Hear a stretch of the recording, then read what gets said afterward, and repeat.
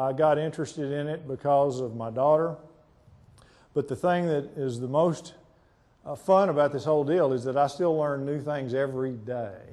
And I think that's the big difference between the chemical approach and what we're now talking about, is that we really are open-minded and we're really enthusiastic about learning new things. The process is definitely a black and white issue. There's no question about it. If you do it the way that I recommend and for it to work the best, it is a black and white issue. You're either organic or you're not. It all started when my daughter Logan, this was when she was 9 months old, walking around picking up everything she saw and sticking those things in her mouth. That's when it hit me that there's something wrong with toxic chemicals. And I started asking around, and I was led to John Dromgoole in Austin and Malcolm Beck in San Antonio.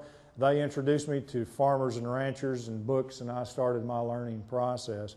And it was literally by watching Logan walk around in my garden. She later became the announcer on my show. Those of you who have heard the show know that. Now, another thing that we've gotten involved in besides plants, and that's evolved tremendously too, is animals, both livestock and pets. And that all started by people asking me, okay, smart guy, how do I control fleas and ticks with this organic approach? And that's how we started learning about diatomaceous earth and a lot of the tools that we recommend now. This was a symbol. In fact, we probably ought to use this symbol more ourselves now because it's perfect for us.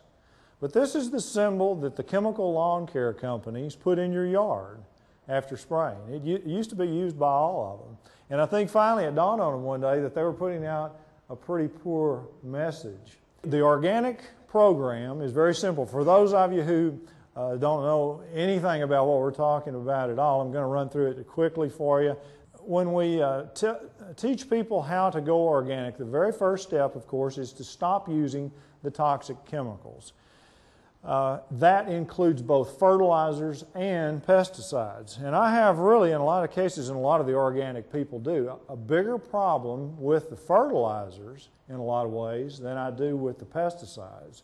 Because the fertilizers, people think that they're pretty benign, that they're not really harming anything, but they are. They're salting up the land, they're fouling up the biological activity, they're soluble, so they're going into our water system. And even if they make plants grow, which they do, and be green, they're growing in an artificial way, in an unhealthy way. Weak cell growth, weak watery cells is a result. So if you look at the big picture, we probably have more concern about the fertilizers than we do about the pesticides. But they both need to go and be replaced by the organic, natural products. This is my garden at home, one of my labs. This is the ginkgo tree that you may have heard me talk about before. My ginkgo is pretty special for two reasons. One is that I planted it when Logan was born in 1985. And then the other thing is it has outgrown every ginkgo I've ever seen. It is now over 45 feet tall and has a caliper of 20-something inches and puts on over 20 inches of growth a year.